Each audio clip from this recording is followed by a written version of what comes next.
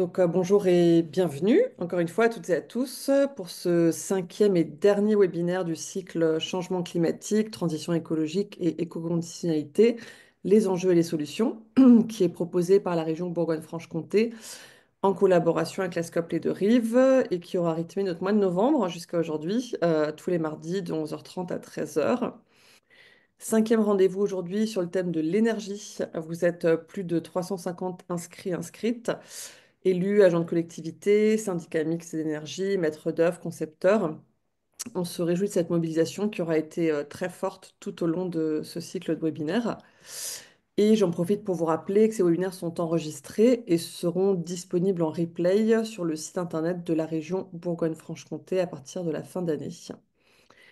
Stéphane Predbon, je te laisse la parole pour dire quelques mots sur la démarche de la Mhm. région. Bonjour, donc Stéphane Predbon, chef de projet éco-conditionnalité. Donc aujourd'hui, pour privilégier les projets vertueux, la région a fait évoluer ses conditions d'aide et a mis en place une éco-conditionnalité. Pour vous accompagner dans cette mise en œuvre, elle vous propose un accompagnement en ingénierie, mais aussi des cycles de webinaires. Le premier donc, de ceux-ci vous permettra d'aborder les liens entre le changement climatique, la transition écologique et l'éco-conditionnalité, afin qu'on puisse examiner ensemble les enjeux et les solutions. Aujourd'hui, on abordera plus spécifiquement le domaine de la performance énergétique des bâtiments. Ce cycle de webinaire a pour vocation l'acculturation et la montée en compétences des porteurs de projets en région Bourgogne-Franche-Comté dans le cadre de ce dispositif d'éco-conditionnalité autour du référentiel mis en place avec la direction de transition énergétique, avec cette critérialisation des aides régionales aux bâtiments et équipements. Et donc, ces critères sont appliqués aux thématiques qui sont les 5 sujets des webinaires, aux biodiversité, déchets, sobriété foncière et énergie. Donc là, on Alors, voit le socle de notre éco-conditionnalité. Donc au niveau de la performance énergétique du bâtiment, c'est depuis 2018 que la région a mis en place une conditionnalité. Aujourd'hui, quels sont les changements? Eh bien, le changement majeur va être un seuil pour l'étanchéité à l'air dans tout ce qui concerne les bâtiments tertiaires. Et puis la mise en œuvre de protection solaire extérieure. Ça, c'est des ajouts par rapport au socle qu'on a depuis 2018. Il faut savoir que chaque thématique est soutenue par un objectif et une grande trajectoire. Ici, nos trajectoires et nos objectifs, ça va être quoi? Ça va être de jouer sur les leviers énergétiques, mais aussi sur les leviers carbone, que ça soit tant en rénovation qu'en construction. Très bien, merci Stéphane. Et pour nous présenter en 2 mots, donc Hélène Lunman et Céline Ross, cofondatrices d'Ascope Les Deux Rives, nous avons le plaisir d'animer ces webinaires pour la région Bourgogne-Franche-Comté en tant qu'actrice de la transition écologique qui accompagnons les professionnels du cadre bâti vers la transformation des pratiques à l'aune des enjeux de l'urgence climatique. Nous œuvrons sur les sujets de l'écologie du bâtiment au niveau national et notamment en région Bourgogne-Franche-Comté, en faisant monter en compétences et en mettant en réseau ces acteurs, professionnels et décideurs. Une expertise que nous déployons au travers plusieurs métiers, dont la formation, l'animation du territoire, la création de ressources et le conseil au service du bâti alternatif. Et ce, en déployant une démarche, la démarche développement durable et qualité environnementale, DDQE. qui fête ses 20 ans cette année. Et on se retrouve aujourd'hui sur le sujet de l'énergie, qui fait écho à l'ensemble de ce parcours de webinaire. Un sujet fil rouge quand on considère une approche systémique de la transition écologique. Le secteur du bâtiment représente aujourd'hui 44% de l'énergie consommée en France et émet chaque année plus de 123 millions de tonnes de CO2. C'est l'un des domaines clés dans la lutte contre le réchauffement climatique et la transition énergétique. Pour y répondre en termes d'outils, d'un côté du spectre, une approche réglementaire qui pousse vers une stratégie bas carbone avec la RE 2020, qui fait passer du BBC au bâtiment positif en neuf. De l'autre, des méthodologies et des labels comme Negawatt et Passive House qui invitent à des visions globales portées par des stratégies de conception qui amènent à repenser le projet. Des potentiels d'approche qu'on va explorer ensemble aujourd'hui dans une optique de sobriété et de pérennité de la performance au travers notamment de retours d'expérience éprouvés. Et pour parler de ces enjeux et surtout des solutions à déployer pour engager cette transition, nous recevons aujourd'hui Vincent Pierret. Donc, bonjour Vincent, tu es ingénieur Bonjour. thermicien spécialisé basse énergie et éco-construction. Tu gères le bureau d'études Terre Énergie et vous êtes basé dans les Vosges, près de Saint-Dié. Oui.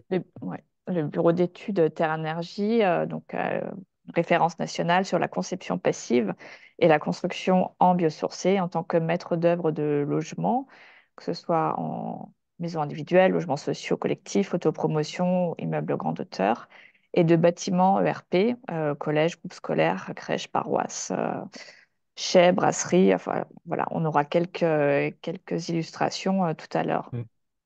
Donc, ton propos avec nous ce matin sur transition énergétique par la méthodologie Négawatt, le passif biosourcé en neuf et en rénovation, ou encore comment faire le pas du BBC vers le passif.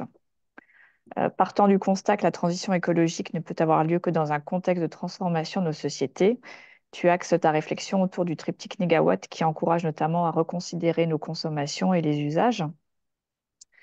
D'un point de vue de la ressource, la démarche de Terre Énergie repose sur l'emploi des biosourcés comme alternative aux matériaux conventionnels.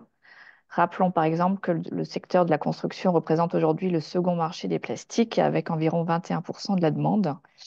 L'actualité récente avec les tentatives infructueuses d'aboutir la semaine passée à Pusan en Corée du Sud à un traité contraignant contre la pollution plastique qui empoisonne la santé humaine et les écosystèmes témoigne du point de bascule sociétal et économique où nous nous trouvons sur ces sujets. La prise de conscience est là, mais par exemple, les 170 pays réunis n'ont pas réussi à trouver un accord à minima. Et pourtant, le plastique est une arme de destruction massive. Ici, on ne négocie pas n'importe quel traité, mais le traité le plus important pour la survie de l'humanité depuis l'accord de Paris. C'est ce qu'a affirmé ce dimanche le négociateur du Panama au nom du groupe des désormais 100 pays qui poussent pour un traité ambitieux. Ce webinaire sur l'énergie va être articulé en deux temps, en lien aussi avec le référentiel de la région Bourgogne-Franche-Comté que tu as présenté tout à l'heure, Stéphane. Un premier temps sur la problématique et les données de base du sujet de l'énergie et une contextualisation des scénarios énergétiques à envisager dans le secteur du bâtiment. Et un deuxième temps consacré à trois retours d'expérience de bâtiments tertiaires en Grand Est et en Bourgogne-Franche-Comté, dont deux rénovations globales.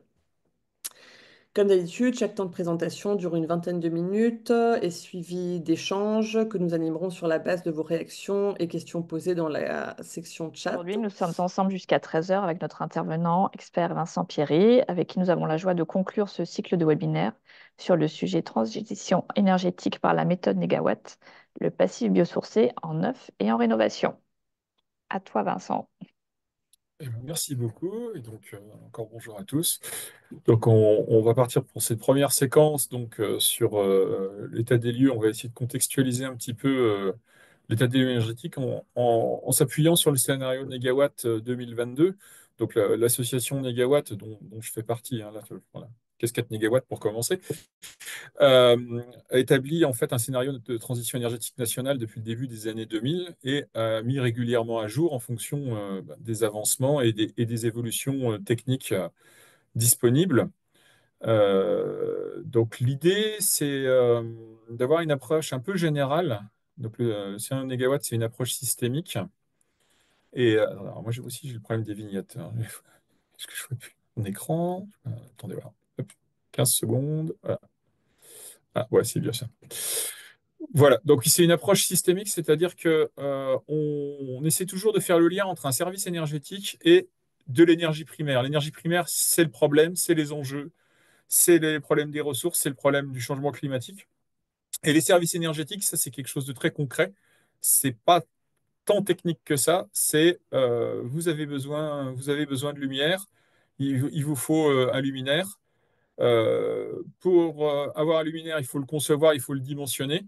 Entre un luminaire et votre usage, il y a des pertes. Ça, c'est un problème technique. Entre un luminaire conçu et de l'énergie, il y a des problèmes de conversion, il y a des problèmes de transport d'énergie, il y a des problèmes de transformation d'énergie primaire en électricité, et il y a des problèmes d'extraction de ressources. Donc l'idée, c'est de dire que le scénario négawatt, en fait, lui, il va toujours essayer de boucler le besoin, le service énergétique, avec la ressource. Et c'est au travers de ça qu'on va voir que c'est la même méthode qu'on va appliquer dans la performance énergétique des bâtiments en neuf et en rénovation après. Voilà, donc toujours boucler le service à l'énergie primaire et comprendre ce qui se passe entre. Alors, je vais évidemment pas rentrer dans le détail du scénario parce qu'une présentation complète du scénario, c'est plutôt 1 heure et demie, mais c'est juste donner un aperçu général Le scénario négawatt principal, qui est celui de transition énergétique et d'enjeux climatiques, il est aussi cohérent avec un scénario sur les matériaux, qui s'appelle Négawatt, matériaux et matières premières, qui est en fait quelque part un petit peu l'équivalent de l'approche au niveau IC carbone des matériaux de la RE 2020, et aussi un scénario agricole qui est sur l'usage des terres, donc au niveau agricole et sylvicole, sylvicole la forêt, en sachant que quand on passe de ressources non renouvelables type fossiles, pétrolières, à des ressources renouvelables type bois ou matériaux issus biosourcés issus de l'agriculture, euh, ces matériaux ont beau être renouvelables, ils ne sont pas illimités. Et aujourd'hui, on est sur un vrai enjeu d'arbitrage entre la terre agricole pour nous nourrir, la terre agricole pour les matériaux et en termes agricoles et forestiers pour l'énergie. Et donc, ce n'est pas neutre du tout. On ne peut pas faire un scénario de transition qui ne tient pas compte des ressources en matières premières, type métaux, métaux rares nécessaires à la transition, et utilisation des terres, donc je disais agriculture, forêt. Voilà. Et donc, dans le scénario négawatt, il y a deux aspects. Il y a l'aspect purement énergétique et l'aspect carbone. Donc, le scénario négawatt, c'est une application au périmètre national et qui, comme je vous l'avais montré en introduction, essaie de boucler les besoins énergétiques de la consommation finale avec les sources d'énergie. Et si on regarde, pareil, on va faire que l'effleurer. Mon idée générale, c'est de vous montrer la logique qui est derrière et les enjeux. Si on veut rentrer dans les chiffres, il faut prendre le temps d'aller télécharger le scénario et de le regarder dans le détail. Aujourd'hui, nos ressources énergétiques sont importées de manière absolument écrasante. Ça représente presque 90% de l'énergie. Les sources renouvelables, nous représentons que 11%. Dans les énergies importées, on a 50%, c'est des énergies fossiles. De manière relativement simple, c'est du gaz et du pétrole. Avec tous les problèmes géopolitiques qu'on connaît actuellement dans le contexte de la guerre en Ukraine. Et les 38% restants, c'est l'uranium des centrales nucléaires. Et de l'autre côté, dans l'usage énergétique, donc de ces sources, on a une dizaine de pourcents qui a un usage de matériaux. Et là, ça en revient essentiellement enfin, essentiellement, dont une partie sont les matières plastiques. On a 20% d'usage qui est industriel, sous forme de chaleur, en, en grosse partie de chaleur. Et en bleu, là, vous avez les parties d'usage électrique. On a le résidentiel. Donc, le résidentiel, c'est les logements, avec 24% de la consommation d'énergie finale, où on a essentiellement de la chaleur et aussi une petite partie d'électricité. Le tertiaire, donc les bâtiments de bureaux, les ERP, 11%. Et là, donc, on se rend compte qu'en termes d'usage d'énergie en consommation finale, quand on prend résidentiel et tertiaire, c'est là où on a tous les bâtiments. Et ça représente 35% de la consommation énergétique. Ensuite, on a les transports, donc transport de personnes et transport de marchandises. Et enfin, l'agriculture, qui finalement représente pas énormément, mais qui a des impacts carbone et changements climatiques qui ne sont pas négligeables. Voilà. Donc, je vais vous présenter un petit peu la logique de Négawatt. La logique de Négawatt, c'est d'avoir une approche de l'énergie, comme je vous montre au début, qui va coupler le besoin jusqu'aux ressources. Et donc, l'idée, c'est de partir des usages pour remonter aux ressources. Les usages, c'est pourquoi on a besoin d'énergie. L'idée, c'est de pouvoir agir collectivement et individuellement au niveau de l'usage en priorisant et redimensionnant les services rendus. C'est ce qu'on appelle la sobriété. C'est la première entrée. Alors, la sobriété, qu'on parle de redimensionnement, par exemple, c'est de la sobriété dimensionnelle. Vaut mieux avoir une petite voiture de moins d'une tonne qu'une grosse voiture de 2 tonnes, même si elle est électrique. Vaut mieux habiter dans un appartement que dans une grande maison individuelle si on est juste deux. Voilà, tout ça, c'est de la sobriété dimensionnelle, c'est-à-dire avoir des usages adaptés à nos besoins. Ensuite, on a l'aspect réduire le ratio ressources-usage, c'est ce qu'on appelle l'efficacité. L'efficacité, c'est beaucoup plus technique. Et ça, l'efficacité, en général, tout le monde comprend bien. C'est avoir des moteurs avec des rendements meilleurs, c'est avoir des bâtiments mieux isolés, euh, c'est avoir des, euh, des systèmes de fourniture d'énergie plus efficaces, des meilleurs rendements sur les chaudières, par exemple. Donc la sobriété est quelque chose de beaucoup plus un questionnement sur les usages et l'efficacité, c'est plus technique. En général, c'est là où on va chercher un peu les techniciens, les ingénieurs pour améliorer les performances. Et le troisième aspect de la méthode, c'est une fois qu'on a réduit le problème par une approche de sobriété, qu'on est à la juste mesure de ce dont on a besoin, qu'on a été très efficace en utilisant les meilleures techniques disponibles pour réduire le ratio ressources-usage. Enfin, on peut substituer les ressources non renouvelables ou non soutenables par des ressources soutenables. Les ressources soutenables, c'est relativement clair au niveau du bâtiment, par exemple. C'est les énergies renouvelables pour les besoins énergétiques et c'est les matériaux biosourcés, géosourcés ou de réemploi pour tout ce qui est matériaux, structures, isolants. Alors, la sobriété, pour être encore un petit peu plus clair, c'est aussi un domaine, on dit que c'est individuel, c'est un questionnement par rapport à ses propres besoins. Est-ce que j'ai besoin d'une deuxième ou d'une troisième voiture, par exemple? Mais c'est aussi collectif. Et collectivement, la sobriété se traduit par des régulations sur des usages. Et avec des logiques, on a pu entendre parler des projets de sécurité sociale de l'alimentation, par exemple, de dire que les besoins nécessaires qui sont vitaux, essentiels ou indispensables, doivent être l'objet d'obligations ou d'incitations, c'est-à-dire qu'elles doivent être disponibles pour tous, et que, par contre, les besoins ou les usages qu'on peut qualifier d'accessoires futiles, voire extravagants, inacceptables ou nuisibles, doivent faire l'objet à minima de dissuasion, voire d'interdiction. Sur certains usages, il n'y a pas de solution, à part tout simplement de ne plus les faire. Et donc là, on voit bien qu'il y a aussi un volet très politique à la sobriété. La sobriété, c'est une question individuelle et c'est aussi une question collective au sein de réglementations.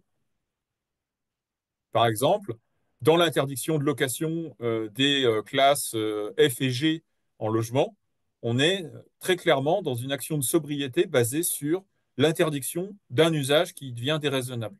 On pourrait aussi interdire des voitures de plus de 2 tonnes ou prendre l'avion pour des distances où il existe une solution en train de moins de 3 heures ou 4 heures, ce qui était dans la Convention climat et qui a été balayée et vidée de sa substance, par exemple. Pas là pour faire de la polémique politique, mais il n'y a pas de transition sans politique de transition. C'est une histoire d'autruche, ça. Euh, voilà. Donc l'idée après, passer aux renouvelables, en fait, c'est relativement une évidence. C'est assez important de se représenter que les énergies renouvelables, c'est des énergies de flux. C'est-à-dire que c'est des énergies qui coulent. Le soleil, que vous l'utilisiez par une fenêtre dans une conception bioclimatique d'un bâtiment, au travers d'un capteur solaire thermique ou photovoltaïque, il va briller de la même façon et le rayonnement, il va se faire de la même façon. C'est-à-dire que sur les ressources renouvelables, on n'a pas vraiment de notion de limite parce que ce sont des flux. Alors que les ressources non renouvelables sont des notions de stock. Le pétrole, c'est un stock fini, le gaz, c'est un stock fini, et on puise dans ce stock avec tous les que ça. Et on va essayer de substituer en fait par des énergies de flux les énergies de stock. Il y a une expérience de pensée qui est quand même toujours importante. Là, on a représenté avec, on va dire, des ordres de grandeur d'échelle, le total des ressources connues en gaz, pétrole, charbon et uranium. Ça, on va dire, c'est un volume de référence. Le petit cube, là, c'est le total de la consommation annuelle énergétique mondiale des humains. Donc ça, c'est ce qu'on consomme chaque année. Et le tout grand carré jaune, c'est l'énergie solaire reçue par la Terre en une année. Alors, pour le dire très simplement, le rapport entre le besoin annuel et la quantité d'énergie qui tombe sur la Terre chaque année, il est de 10 000. Ça donne une idée qu'il y a moyen de faire beaucoup avec les énergies renouvelables, les énergies de flux, et qu'on n'en manque pas en fait. C'est juste la manière dont on va être capable de les capter et de les utiliser par rapport à ce dont on a besoin. Voilà. Donc maintenant, je vais parler un petit peu plus, toujours de la logique négawatt, mais dans le bâtiment. Donc, on reprend la logique structurée donc, de sobriété, donc, plutôt sur les usages, ensuite d'efficacité et de renouvelable. Donc, la sobriété sur les usages, c'est déjà de stabiliser les mètres carrés par habitant et le nombre de personnes par logement. Parce que pour plein de raisons, en fait, les mètres carrés, la taille des logements rapportée en mètres carrés par habitant n'a pas arrêté d'augmenter et le nombre de personnes par logement n'a pas arrêté de diminuer. Alors, effectivement, il y a ce qu'on a appelé la décohabitation. Il se trouve qu'il y a longtemps, il y a plusieurs générations qui habitaient sous le même toit. Et aujourd'hui, il y a une tendance à ce que les ménages soient de plus en plus petits. Mais ce n'est pas une fatalité, parce qu'on peut tout à fait concevoir des bâtiments où, même si chacun habite chez soi, il y a des parties mutualisées. C'est les coopératives d'habitat, c'est l'habitat intergénérationnel. Enfin, il y a énormément de solutions. C'est aussi dans le cadre du tertiaire, par exemple, les coworking, les hôtels d'entreprise, enfin voilà, toutes les solutions où on va essayer d'optimiser les mètres carrés, c'est-à-dire optimiser l'usage par rapport à la ressource. Évidemment, la réduction de la part de maisons individuelles dans le neuf, et on peut même se poser la question grandement de la construction neuve. Alors, en ce moment, il se trouve que pour plein de raisons, la construction neuve, elle a eu un énorme coup de frein. Alors, ça pose des problèmes au niveau du bâtiment, au niveau de l'emploi et de l'activité, mais ce n'est pas négatif du point de vue énergétique et de la transition. Et ça doit amener à se reposer des questions. Voilà. Et la diminution des surfaces neuves, voilà, j'avais anticipé, c'était quand on voit la taille du parc bâti, et nous, on travaille depuis plus de 5, allez, presque 10 ans à 50% de rénovation, et je dirais sur les 5 dernières années, on est à au moins 75% de notre activité en rénovation, bah, on se rend compte qu'en fait, des surfaces, il y en a partout, quoi. Partout, partout, et pas si bien utilisées que ça. Voilà. Donc ensuite, l'efficacité. L'efficacité, c'est bien sûr la rénovation de la totalité du parc et la rénovation globale et performante. Ça va être la deuxième partie de l'intervention. Il faut arrêter le bricolage. Il faut vraiment amener les F et G et tout le parc en classe A ou B. Et il n'y a pas vraiment le choix par rapport aux enjeux climatiques et énergétiques.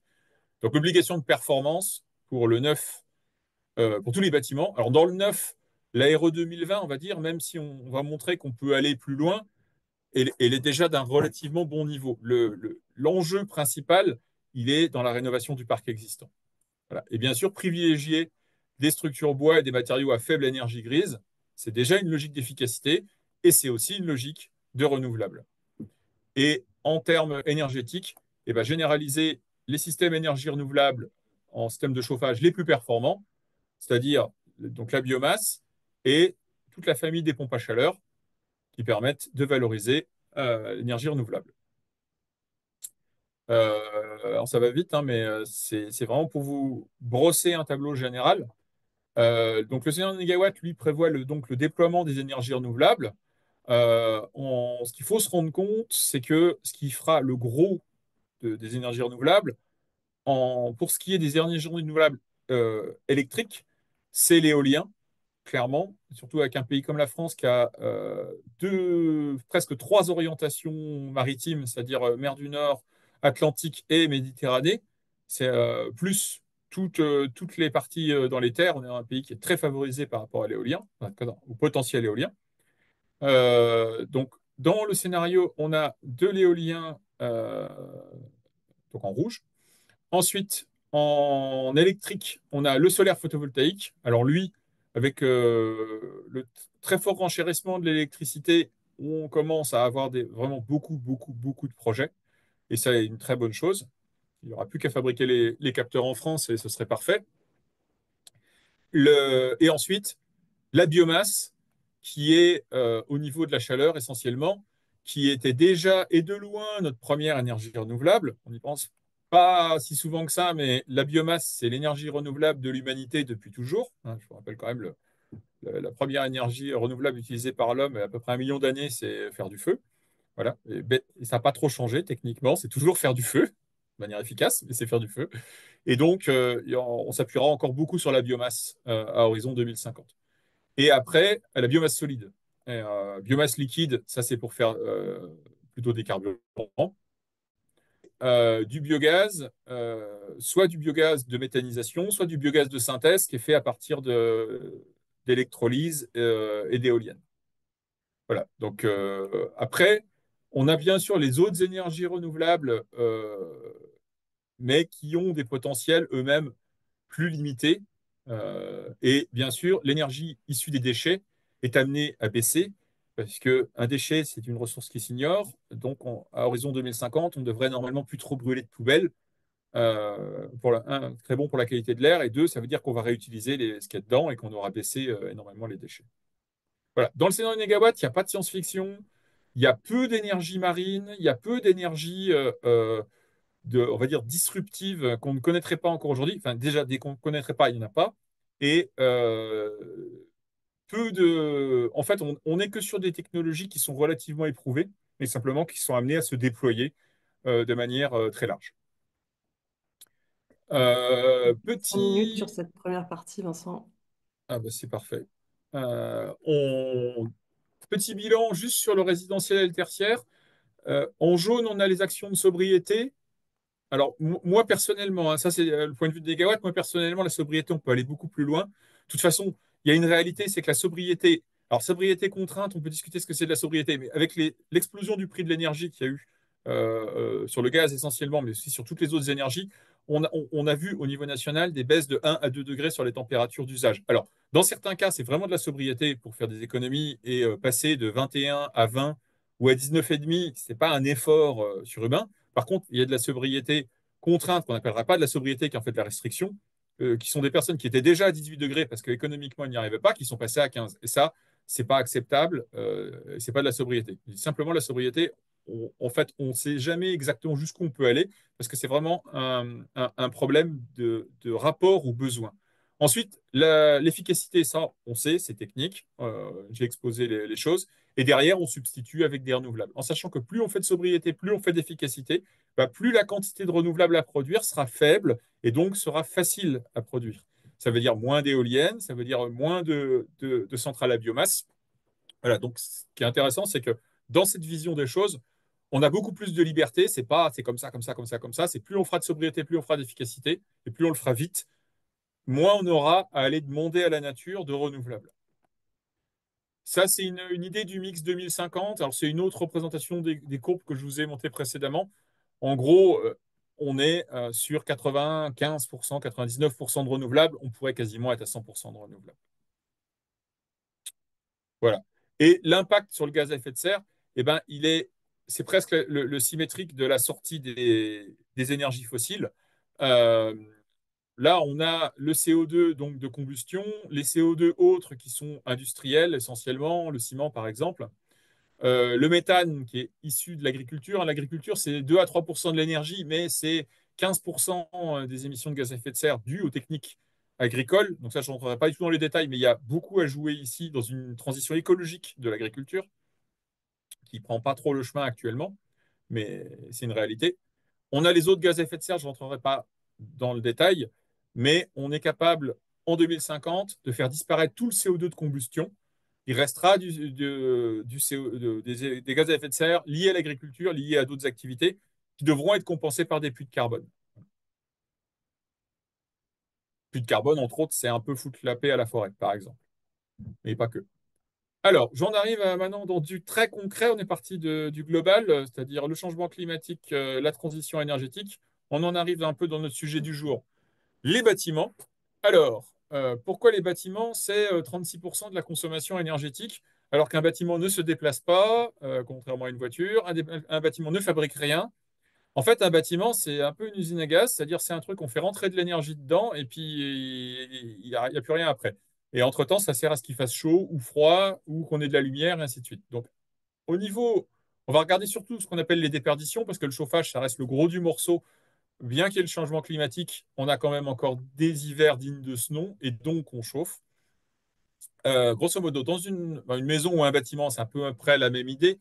On a 25 à 30% de la chaleur qui part par le toit. Alors ça, sur un bâtiment plutôt R+1, évidemment. Si on est sur une grande tour, ce sera beaucoup moins par le toit et beaucoup plus par les murs. Mais c'est pour donner un ordre de grandeur. On a à peu près 25 à 30% par le toit, 20 à 25 par les murs. On a 10 à 15% par les fenêtres, alors que très souvent, tout le monde a envie de changer ses fenêtres. Alors, je ne dis pas qu'il ne faut pas le faire, mais les fenêtres, c'est finalement une petite partie du problème. On a ensuite le refroidissement par la dalle sur le sol, qui est faible parce que enfin, plus faible que les murs parce que le sol a une température plus élevée.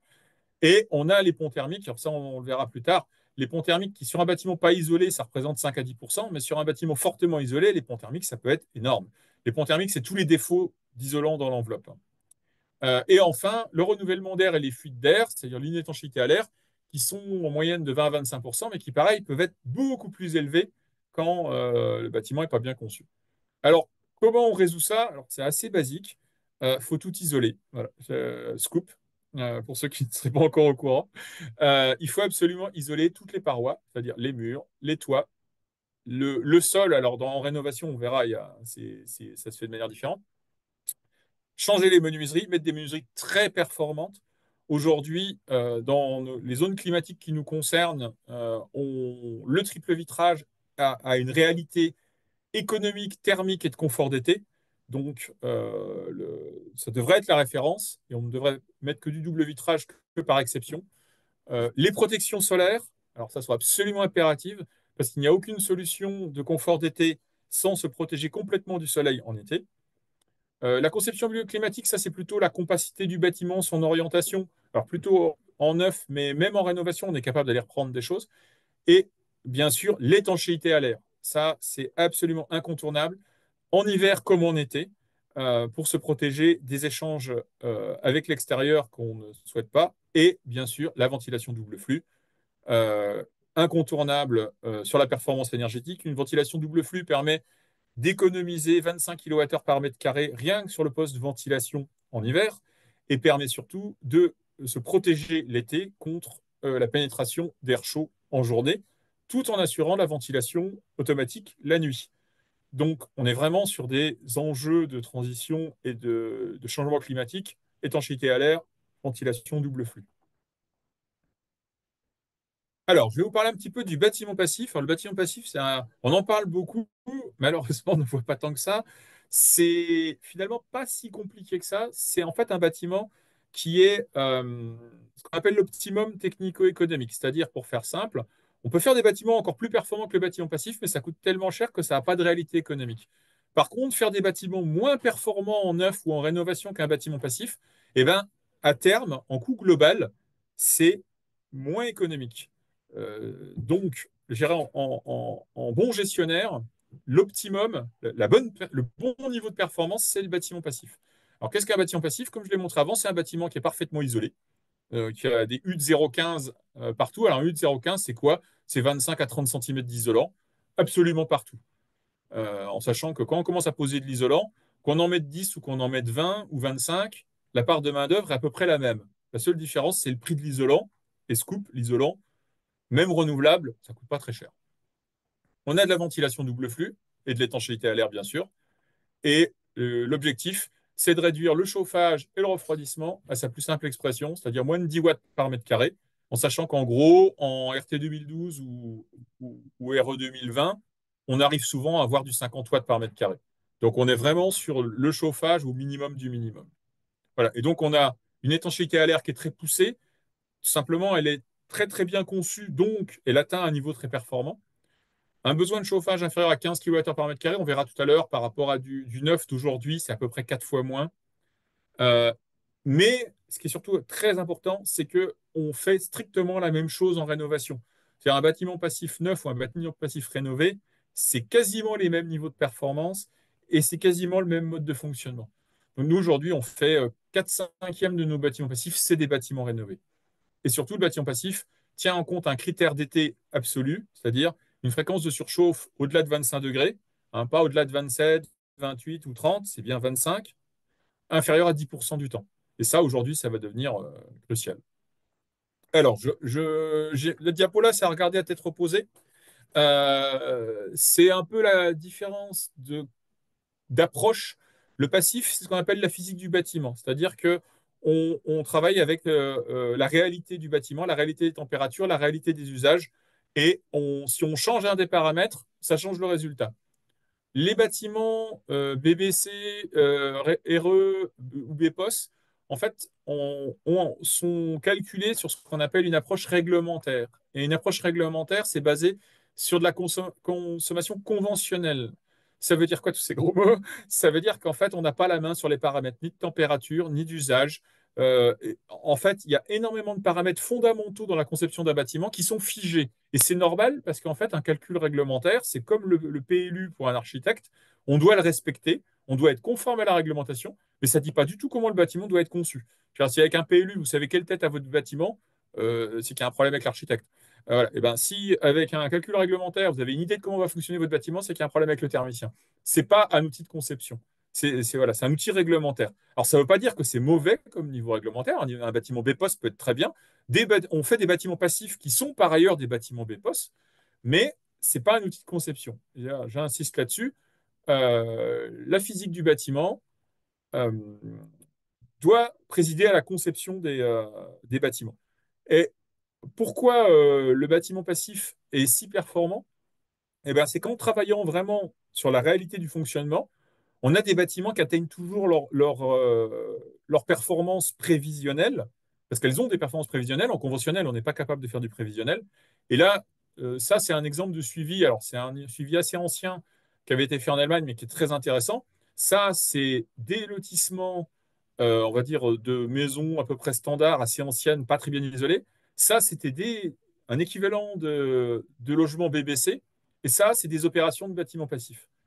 Il y a deux choses qui sont intéressantes à voir. C'est la moyenne de consommation de chauffage réelle. Évidemment, elle est très basse. Elle est inférieure aux 15 kWh par mètre carré. Mais surtout, la dispersion. Ici, sur cet ensemble-là, on varie de 100 à quasiment 300 kWh par mètre carré sur de la maison classique, on va dire. Sur les BBC, on variait de 50 à 100. On varie encore d'un facteur 1 à 2. Sur les bâtiments passifs, on n'a quasiment pas de variation. Et si on a une variation, en pourcent, c'est beaucoup, mais c'est sur très peu de kilowattheures. Donc on est vraiment sur des bâtiments qui sont prévisibles économiquement, sont prévisibles en termes de confort et en termes de consommation énergétique. Et je termine par ce petit graphique-là. Alors, ça fait beaucoup d'informations, mais tout ça, vous pouvez le retrouver assez calmement. Il y a beaucoup de ressources sur Internet et dans le cadre des formations. Ce qu'on appelle l'effet tunnel. En fait, le bâtiment passif, pourquoi on veut être à 15 kWh par mètre carré? Parce que quand on arrive à 15, on est capable de retirer tellement de systèmes de chauffage qu'on fait une économie à l'investissement sur le matériel. Et c'est là où économiquement, on atteint le meilleur coût global. Et c'est pour ça qu'il ne faudrait pas faire des bâtiments moins performants que le bâtiment passif, parce que ça veut dire qu'on a raté quelque chose à la conception et on va le payer sur la durée de vie du bâtiment. Voilà. Et un dernier petit schéma qui est vraiment très parlant. Ça, c'est une étude qui a été réalisée. Alors, sur l'axe horizontal, on a le besoin de chauffage en kilowattheure par mètre carré. Sur l'axe vertical, on a ce qu'on appelle le CEP. Alors, je ne l'ai pas vraiment défini, mais c'est la consommation en énergie primaire, tout usage. Donc, c'est-à-dire dans tous les usages autres que le chauffage. En plus, on a l'eau chaude, l'éclairage, la ventilation, la bureautique, enfin, tous les autres usages. On a ici, il se dégage trois grandes catégories. Là, on a les bâtiments passifs. Clairement, qu'ils soient du logement, du tertiaire, ils sont tous regroupés à peu près au même endroit. C'est le côté prévisible et anticipable du bâtiment passif. Ensuite, on a ici des bâtiments RT 2012 que de logement. Parce que, au niveau logement, on va dire les ambitions sont quand même pas négligeables sur la performance énergétique. Par contre, là, on retrouve, mais alors à presque 3 fois en termes de consommation énergétique, les tertiaires RT 2012. Les bureaux, les écoles, enfin, tout ce qui est pas du logement. Et entre les deux, en jaune, on a des BPOS, donc des bâtiments dits positifs, mais qui pourtant sont quand même à 2 fois en termes de consommation énergétique globale et 3 à 4 fois en termes de besoin de chauffage au-dessus des bâtiments passifs. Voilà. Donc, pour conclure sur cet aspect-là, je veux vous parler de changement climatique et d'adaptation au changement climatique. Alors, on continue un petit peu à faire la différence entre le bâtiment passif et les calculs conventionnels. Les calculs conventionnels, vous n'avez pas la main sur la température intérieure, les usages, mais pire que tout, vous n'avez pas la main sur le climat. Et le problème, c'est que le climat qui est utilisé dans le calcul, il est rarement représentatif de l'endroit où vous allez faire le projet, et surtout quand on travaille en îlot de chaleur. Ça, c'est un exemple qui a été fait sur la construction actuelle du centre sportif universitaire de Strasbourg. Donc, c'est un gros bâtiment sportif avec plein de gymnases à l'intérieur, qui est construit en plein cœur de Strasbourg. Donc, dans l'îlot de chaleur, il y a le grand îlot de chaleur de Paris. Après, l'îlot de chaleur de Strasbourg, c'est un des mieux, quoi. Alors, il y en a ailleurs aussi, hein, bien sûr. Mais il est fort parce qu'en fait, la différence entre le centre et la périphérie est énorme. Voilà. Donc, ici, on a comparé quatre fichiers climatiques et on les a mis en barre et en graphique. En bas, on a le fichier RT 2012. Le fichier RT 2012, il dit que en juillet et août, en moyenne, on est à 20 degrés. Autant dire, bah, l'été, c'est cool à Strasbourg. Voilà. On a au-dessus un fichier Strasbourg. Alors, je ne sais plus c'est lequel, celui-là. Enfin, c'est un autre fichier météo. Déjà, il est plutôt 22 degrés, mais tout va bien. Ensuite, on a été chercher un fichier Petite France. La Petite France, c'est le quartier de Strasbourg le plus proche d'où on va construire, avec une station météo semi-professionnelle. Celle-là, déjà, on a fait des mesures et elle nous montrait qu'on était plutôt à 25-26 degrés de température moyenne. Et clairement, en termes de conception, partir d'un fichier météo à 20 degrés ou à 26 degrés, mais ce n'est pas du tout le même monde en termes d'usage. Et on a fait un fichier météo qu'on a construit nous-mêmes avec les scénarios du GIEC, sur un des pires scénarios du GIEC, sur le A2 à 2080. Et lui, il nous dit à A2 2080, on est au-delà de 28 de température moyenne. C'est la moyenne jour-nuit. Donc, c'est-à-dire que c'est des journées à 35 et c'est des nuits à 25, ça.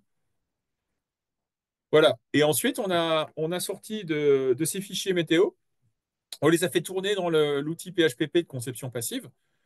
Et donc, avec le fichier RT 2012, standard, hein, celui qui est dans la réglementation, il nous donnait une fréquence de surchauffe de 0,5% du temps. Donc ça veut dire bâtiment super confortable, félicitations, tout va bien. Sauf que quand on lui rentrait dedans le climat réel enregistré dans le quartier Petite-France en 2018, le bâtiment, il passait à 16% de surchauffe. Et 16% de surchauffe, ça veut dire que 3 mois de l'année, vous êtes au-dessus de 25. C'est-à-dire que pour du sport, bah, c'est nul. Donc, à partir de ces fichiers-là, on a optimisé les bâtiments et on en a tenu compte pour maintenir ce taux de surchauffe bien en dessous des 10% du bâtiment passif. Ça, c'était les premières modélisations. Et par exemple, en climat A2 2080, donc en changement climatique massif dans l'îlot de chaleur, on arrive même sur bâtiment optimisé, quasiment 28% de surchauffe. Ce qui nous a amené à devoir envisager des systèmes de rafraîchissement. Et avec les systèmes de rafraîchissement à 12 watts par mètre carré, ce qui est très, très, très peu puissant, hein, je rappelle, de la clim, c'est 50 à 100 watts par mètre carré. 12 watts par mètre carré, c'est du rafraîchissement sur la ventilation. Donc, ce n'est pas un truc extraordinaire, mais ça nous permet de supprimer toute cette surchauffe. Mais on est dans un cas où si on n'a pas de la physique du bâtiment, eh ben, on serait parti à se dire, bon non, le bâtiment, il ne surchauffe pas, il n'y a aucun problème. Et puis, on aurait fait une catastrophe. Et j'en ai fini pour cette partie théorique et très dense. Et je vous remercie de votre attention. Merci Vincent, partie pas que théorique en plus, effectivement très riche et très pédagogique, qui a bien posé les bases du sujet autour duquel on se retrouve aujourd'hui. Et tu nous as aussi rappelé l'importance de lier ces enjeux de l'énergie avec ceux des matériaux et des matières premières, ainsi qu'à la transition agricole et alimentaire, donc de prendre en compte les ressources et l'utilisation des terres dans cette transformation écologique, sujets qui font écho aussi au précédent webinaire, notamment sur la sobriété foncière qui avait été animé par Christian Charignon, et de considérer aussi la sobriété des usages individuels et collectifs qui sont adaptés à nos besoins pour faire le pas vers cette efficacité, vers les renouvelables, la mutualisation de façon pertinente avec l'enjeu central du faire avec l'existant et de la rénovation qu'on va aussi retrouver dans la partie retour d'expérience. Et cette mise en perspective des différentes approches BBC, RT, Finergie, BPOS, qui nous donne aussi des clés de lecture dans un contexte de changement climatique. On a quelques questions, dont deux questions remarques sur le scénario négawatt et les énergies renouvelables, telles qu'elles sont projetées. Est-ce que dans le graphique que tu as partagé, est-ce que chaleur environnement égale PAC? Et une remarque sur énergie et ressources par rapport aux bois de chauffage. Quand on fait du feu avec du bois, on brûle du bois, donc on produit du CO2. Est-ce vraiment bon pour la planète de continuer à développer cette source de chauffage? On va peut-être commencer par celle-là. Donc oui, effectivement, sauf que à partir du moment où on est dans un cycle renouvelable, c'est-à-dire qu'on a un accroissement forestier qui est équivalent à ce qui est brûlé, on est sur un équilibre de carbone, et c'est un équilibre des grands cycles et qui est très très ancien celui-là. Donc la biomasse a sa place. Par contre, si on brûle plus que l'accroissement forestier, eh ben, on est déséquilibré et on libère du CO2 de manière nette.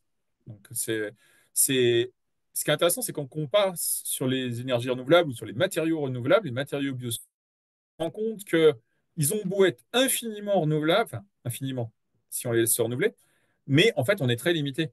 Et la forêt, aujourd'hui, la forêt, elle pourrait fournir tous nos matériaux structurels. Elle pourrait fournir une grande partie de notre énergie. Et en plus, avec la chimie verte, on est presque capable de remplacer la plupart des matériaux et de la chimie à partir de la forêt. Mais s'il y a une seule chose qui est sûre, c'est qu'elle ne fera pas tout ça en même temps. Et pas au niveau des usages qu'on a aujourd'hui. Donc, on est déjà dans une logique de mise sous tension des usages de la forêt. Donc, évidemment, le bois énergie, c'est peut-être l'utilisation la moins intelligente, entre guillemets, après le bois structurel, le bois pour faire des isolants, et puis certainement une certaine forme de chimie verte de haute valeur ajoutée. Mais c'est tout l'enjeu de Négawatt, hein, c'est de poser que entre les besoins et les ressources, il faut sobriété, efficacité pour avoir le juste renouvelable. Je veux dire, on substitue tous nos besoins par toute la forêt. Ouais, ça marche. Ça doit durer 5 ou 6 ans, puis après, il n'y a plus un seul arbre. Voilà.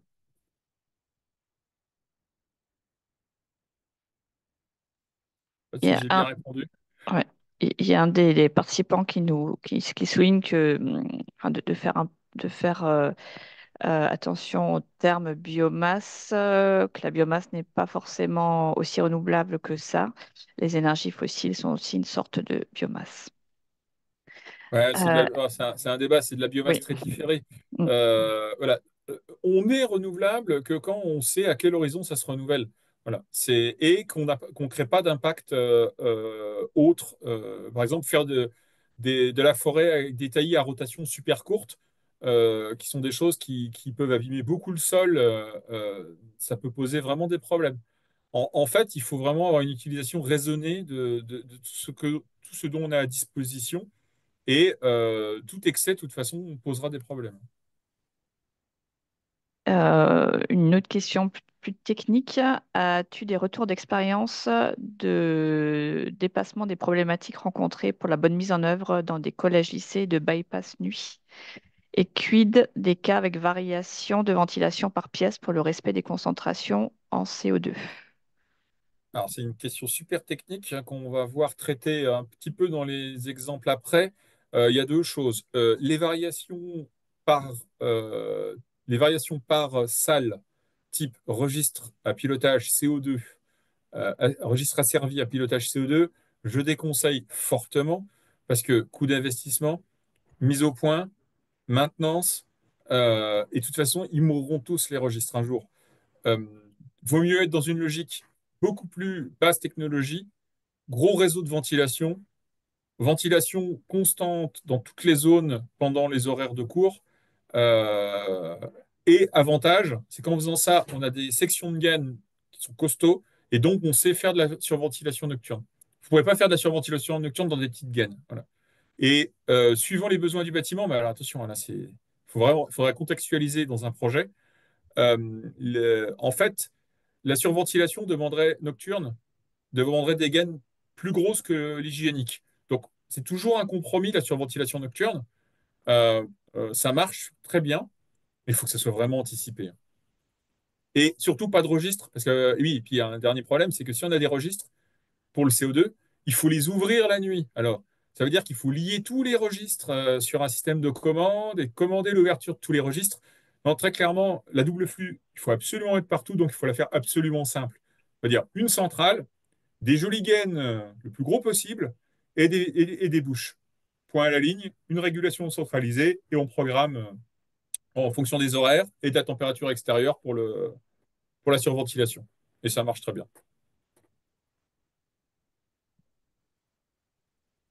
Deux questions qui nous amènent déjà vers le temps 2. Quelle piste pour amener le tertiaire vers le BBC compte tenu des volumes, surface, distance des bâtiments? Et pour la rénovation BBC, quel est le temps de retour sur investissement? Et ben, ça dépend, comme beaucoup de choses. On va voir tout à l'heure au travers des exemples. Euh, alors, le tertiaire, il est un peu vulgairement, il est un peu poussé au cul par le décret tertiaire. C'est relativement une bonne chose parce que ça amène les propriétaires, les maîtres d'ouvrage, à se poser la question de ce qu'il faut faire. Alors, ce qui est certain, c'est qu'il ne faut surtout pas faire le décret tertiaire par étapes. Parce que, en gros, en faisant le strict minimum pour passer le premier palier, on va se mettre en très mauvaise position pour passer les paliers d'après. Et donc, ça appelle assez naturellement la rénovation globale. Euh, et ce qu'il faut voir, c'est que le temps de retour sur investissement, c'est un élément, qui considère qu'on connaît le prix de l'énergie sur les 30 prochaines années. Donc ça, moi, je connais beaucoup de choses, mais pas ça. Je sais anticiper un petit peu au niveau du changement climatique, mais pas du tout du prix de l'énergie. Donc ça, déjà, c'est une première chose. Deuxième chose, il faut voir les qualités d'usage que ça amène en plus en termes de qualité d'air, confort d'été, la rénovation globale et confort d'hiver aussi, hein. Quand c'est le palais des courants d'air et qu'on a froid aux pieds et on surchauffe de la tête, c'est vraiment un problème. Donc il y a aussi ces aspects-là. Attractivité, enfin, ça dépend de quel est l'intérêt enfin, quelle est la destination du tertiaire. Et en médico-social, alors c'est encore plus important, quoi, parce que ça joue aussi sur le rétablissement des personnes. Donc voilà, la notion de retour sur investissement. Aujourd'hui, la transition énergétique, c'est plutôt une stratégie. Je veux dire, ce qu'on nous dit, c'est que l'inaction ou l'action trop faible coûtera tellement de points de PIB et tellement de milliers de milliards à horizon 2050 que c'est plutôt une inversion de la charge de la preuve, quoi. C'est-à-dire, rénovons au mieux, trouvons les financements pour y arriver, anticipons les choses. Et la notion de temps de retour sur investissement, elle peut être tordue dans tellement de sens. Je vous donnerai des chiffres tout à l'heure, mais c'est pas. J'ai tendance à dire avec ou sans subvention, bien sûr, avec subvention, quand on travaille au niveau communal, les dernières écoles qu'on a rénovées au niveau communal, on tournait toujours à plus de 80% de subvention. Forcément, le taux en retour sur investissement, il était ultra court, quoi. Voilà. Donc ça dépend de beaucoup de paramètres. Moi, j'insiste vraiment sur aujourd'hui, la transition, c'est une stratégie générale. Il faut la réaliser sur tous les bâtiments utiles. Évidemment, si on a des bâtiments qui ne servent plus à rien, il ne faut surtout pas les rénover, ou il faut faire autre chose avec.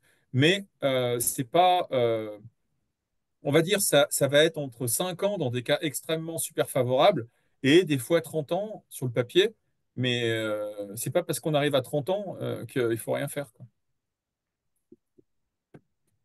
Je te Très propose bien. qu'on passe du coup, au retour d'expérience. Il y a encore quelques questions dans le chat qu'on n'a pas toutes prises, mais on les intégrera à notre deuxième temps d'échange pour pas prendre trop de retard.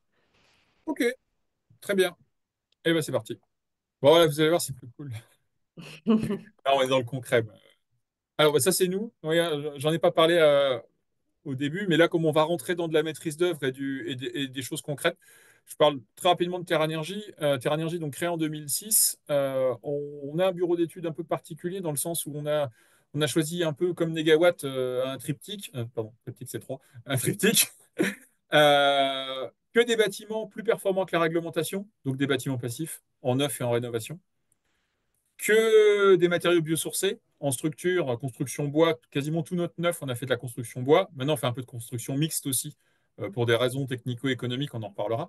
Et que des énergies renouvelables. Donc, nous, on a toujours installé que la grande famille des pompes à chaleur et la grande famille de la biomasse. Ouais, on a dû faire deux chaudières gaz parce qu'il y a des maîtres d'ouvrage qui sont roulés par terre, mais c'est vraiment le bout du monde. Voilà. Et ça, en fait, c'était un choix, mais qui nous a permis en fait d'optimiser la manière dont on fait du passif, d'optimiser l'utilisation des biosourcés et d'optimiser les renouvelables. Mais dans la même logique que Negawatt. Nous, on fait du Negawatt au quotidien, quoi. Voilà. Et donc, on est 6 ingénieurs et on travaille et essentiellement Grand Est, mais aussi pas mal en Bourgogne-Franche-Comté. Voilà. Donc, on va regarder 3 cas de rénovation globale passive certifiée. Donc, je dirais très, très pédagogique de ce que c'est que la rénovation passive en site occupé. Donc, toutes les opérations sont rénovation en site occupé. Donc, un immeuble de bureau, c'est le centre technique de la Poste à Saint-Dié, et un collège 600 à Fraise. Fraise, c'est 600 mètres d'altitude, donc c'est un collège climat vosgien montagne. Et ensuite, on regardera en Bourgogne-Franche-Comté, justement à Paray-le-Monial, la construction d'un immeuble passif de bureau pour le Cèdre, dans un contexte changement climatique et problématique d'été plus plus. Alors, le rénovation du collège 600. Alors, ce dont je suis à peu près sûr, c'est qu'il doit en exister des comme ça en Bourgogne-Franche-Comté, c'est-à-dire des bétons préfa nervurés. En fait, après qu'on ait rénové celui-là, on en voyait partout, en fait, des comme ça.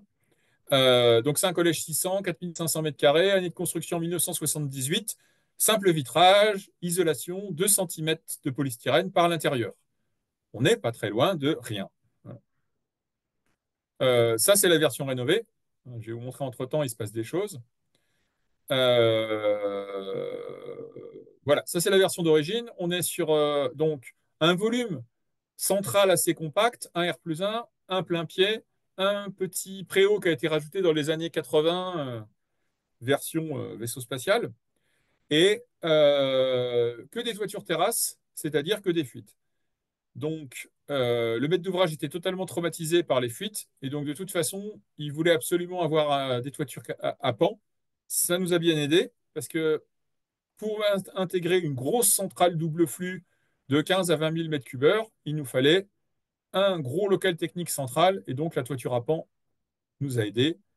Ici, on a intégré donc une centrale double flux, oui, je crois 15 ou 20 000 mètres cubes heure, les prises et rejets d'air de la centrale double flux, et ensuite une distribution verticale, et ensuite des distributions horizontales dans les circulations pour pouvoir traiter l'ensemble du bâtiment. Petite coupe de détail, donc bâtiment passif, c'est pas compliqué, on isole partout et on isole fortement, donc de l'ordre de 30 cm. Donc on a 30 cm dans les murs, je vais vous expliquer comment on a fait avec les bétons matricés. Préfa. En toiture, énorme avantage d'avoir mis un 4 pans en bac acier, c'est qu'au lieu de mettre 3 couches de polyuréthane et de remettre une couche de plastique au-dessus, on a pu mettre 40 cm de cellulose. Donc là, le bac, c'est cher, mais la cellulose, c'est pas cher. Et bien sûr, notre centrale double flux. Pose des menuiseries en applique extérieur. Hein, au lieu qu'elles soient à l'intérieur, elles repassent à l'extérieur pour se retrouver alignées avec l'isolant. Ça, c'est un des basiques de la conception de bâtiment passif. Et ensuite, traitement des pieds de fondation et traitement par isolant projeté du vide sanitaire. Changement des menuiseries. Donc, les menuiseries, on va le voir après. Petit zoom. Grosse problématique sur comment on isole quelque chose qui est en double courbure comme ça. Pas 50 solutions. On fait une petite structure en bois massif local. On ferme le caisson avec un pare-pluie laine de roche qui permet aussi de faire la protection feu de la façade. Et ensuite, on injecte tout le volume, c'est ce que vous voyez en violet là. On injecte tout le volume avec de la cellulose. Ça permet de combler tous les vides et d'avoir une paroi avec un UT 0,15 de bâtiment passif. Menuiserie, c'est des menuiseries alu avec store intégré qui permet de faire la protection solaire.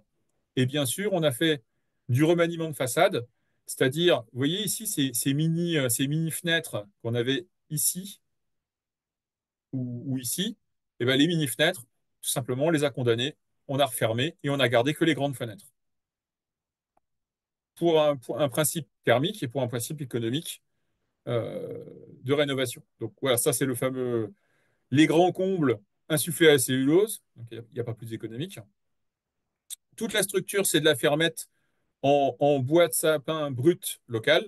Donc, on est vraiment en circuit court. Et donc là, on voit le bâtiment avant le bâtiment après. Donc, du bardage, bois bakélisé aussi pour des raisons économiques. Et là, sur la partie administrative, entrée, quelque chose de plus qualitatif avec des bois massifs locaux en bardage. Et là, on voit donc le système de fenêtres avant avec les grandes fenêtres et les mini-fenêtres qui servaient à rien, même en éclairage naturel, hein, ça n'apporte rien. Et ici, on a gardé que les grandes fenêtres. Donc vraiment un remaniement de façade euh, technico-économique et de confort d'été. On était donc sur 120 kWh par mètre carré avant. Alors, c'est pas si effrayant que ça, 120 kWh par mètre carré, tout simplement parce que le bâtiment a une compacité. Un grand collège, un collège 600, même pas isolé, ce sera toujours beaucoup plus efficace qu'une maison individuelle. Donc, on était à 120 kWh par mètre carré, 600 kW de puissance. Attention, là, on est des chiffres 2018. Hein. Il y a de l'eau qui a coulé sous les ponts. 34 000 euros par an, on était sur réseau de chaleur. Et après rénovation, on est à 22 kWh par mètre carré. Donc, il a été certifié Enerfit, donc bâtiment passif rénové, avec une puissance de sous-station de 200 kW. En pratique, nous, on voulait mettre 120, mais ils ont eu trop peur. Voilà. Donc, on est resté à 200. Et un coût énergétique de l'ordre de 8 000 euros par an. On était sur 1,8 million de travaux, compris des amiantages et un ascenseur, ce qui fait un ratio qui, à l'époque, était notre ratio à 400 euros du mètre carré de la rénovation passive, ventilation, euh, toute l'enveloppe et et l'isolation. Aujourd'hui, on est plutôt à 500 avec l'augmentation du prix des matériaux, 500, 550. Mais c'est pas 1000. Voilà.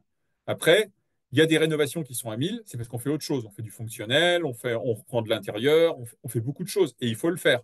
Mais notre ordre de grandeur, 500, 550 euros sur des bâtiments de cette taille-là. Bien sûr, en maison individuelle, on ne tient jamais ces ratios-là hein, parce qu'il n'y a pas de compacité. Voilà. Alors, on va passer sur un deuxième exemple. Je pourrais revenir après s'il y a des questions, hein. Mais la logique, je dirais, est toujours la même. Donc là, on est à Saint-Dié, donc on est qu'à 400 mètres d'altitude, hein. Tout à l'heure, à Fraise, on était à 600. On est sur un bâtiment de 1999, 1750 mètres carrés de bureau en R+1. Alors là, vous avez la photo après rénovation, avec des bardages bois pré-grisés. Euh, je ne crois pas que j'ai de photo avant, mais enfin, avant, tu as un gros pavé comme ça, à peu près pareil. Donc, on a, donc, je vous disais, un bâtiment de 2 niveaux avec, avec il y a eu une extension.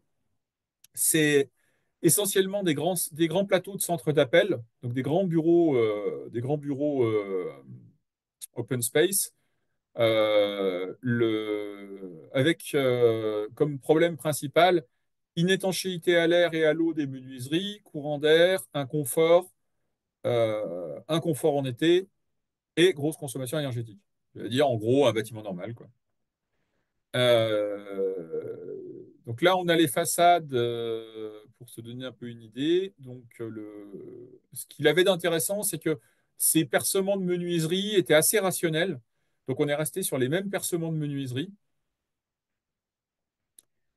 En système énergétique, alors là par contre c'était le folklore complet, on avait un système de chauffage, climatisation par CTA simple flux en tout air neuf. Alors ça c'est un truc que moi j'ai du mal à comprendre. C'est vous prenez l'air de dehors, qu'il soit à -10 ou qu'il soit à 40, vous le passez au travers des CTA en le chauffant à fond ou le refroidissant à fond, et ensuite vous le mettez à l'intérieur pour chauffer ou pour refroidir. Donc ça fait des courants d'air incroyables. Et puis, ça fait des consommations énergétiques incroyables. Donc, en fait, il y avait 4 CTA simple flux, des CTA qui soufflent et des CTA qui extraient. Mais évidemment, aucune double flux. En termes de chauffage, on avait aussi de l'exotisme, c'est-à-dire une chaudière au sol de 215 kW,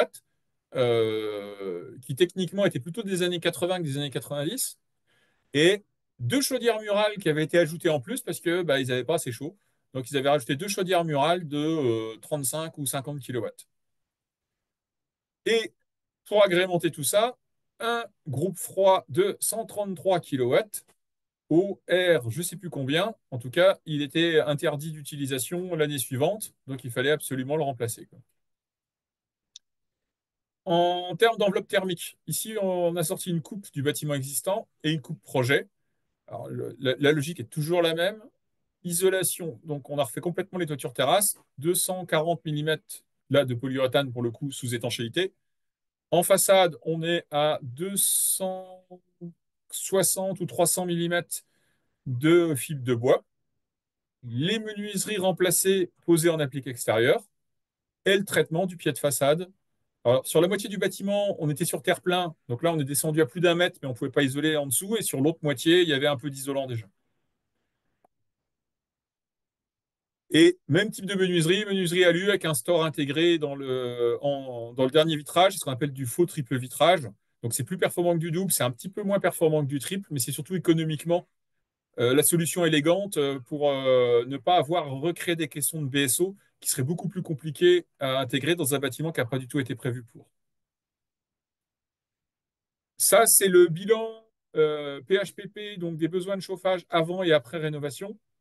Alors, j'attire votre attention qu'on n'est pas du tout sur la même échelle, hein. Ici, on va de 0 à 200 et là, on va de 0 à 60. Donc, on sait déjà que le graphique, il devrait être 4 fois plus petit, mais si je l'avais mis 4 fois plus petit, on n'aurait rien vu. Donc, on part de 100 kWh par mètre carré à peu près de besoin de chauffage et on rénove à 18,9, donc très en dessous des 25 d'une rénovation passive Enerfit. Les pertes par ventilation et une étanchéité à l'air, par la mise en place d'une ventilation double flux et la réalisation de l'étanchéité à l'air, passent de 56 à 9. Et les menuiseries voient leur apport solaire qui était, les déperditions qui étaient énormes et un apport solaire qui était très faible, à presque un équilibre entre les apports et les pertes. Hein, dans un bâtiment passif, les menuiseries, ça ne sert pas à amener de l'énergie, ça sert à être équilibré entre la déperdition et les apports. Et les apports internes, bien sûr, c'est les personnes qui travaillent dans le bureau. Voilà. Et donc, en résumé un peu en plan, on avait des locaux techniques qui étaient pleins comme un œuf, avec des CTA simple flux à des débits vertigineux, hein, 20 000 m3, quoi, complètement fou. L'énorme groupe froid à l'extérieur, et là, le bazar rempli de chaudières gaz. Après rénovation, on a enlevé toutes ces centrales simple flux. On a mis une seule double flux en air hygiénique, c'est-à-dire on devrait être à 3000 ou 3500 mètres cubes heure, parce qu'on ne ventile pas pour balancer de l'air chaud ou de l'air froid, on ventile pour la qualité de l'air. Et ensuite, on a remplacé l'énorme groupe froid. C'est rigolo, c'est qu'on a repris les mêmes supports, et là on a mis un petit groupe réversible de 50 kW ou 60 kW, essentiellement dimensionné par rapport au chaud. Voilà. Alors ça, c'est une petite plaquette qui a été faite par la Poste pour montrer quelques éléments du chantier. Donc on est toujours avec une utilisation maximum de matériaux biosourcés locaux, donc du bois massif pour faire les structures d'isolation, de la fibre de bois en isolant et des bardages bois pré-grisés fabriqués localement. 80% de baisse des coûts énergétiques sur une réno globale à 500 euros du mètre carré, toujours à peu près dans les mêmes ordres de grandeur qu'on avait. Donc toujours en site occupé, hein, j'insiste, c'est-à-dire que tout ça c'est fait avec les gens à l'intérieur, tout comme le collège, 100% en site occupé.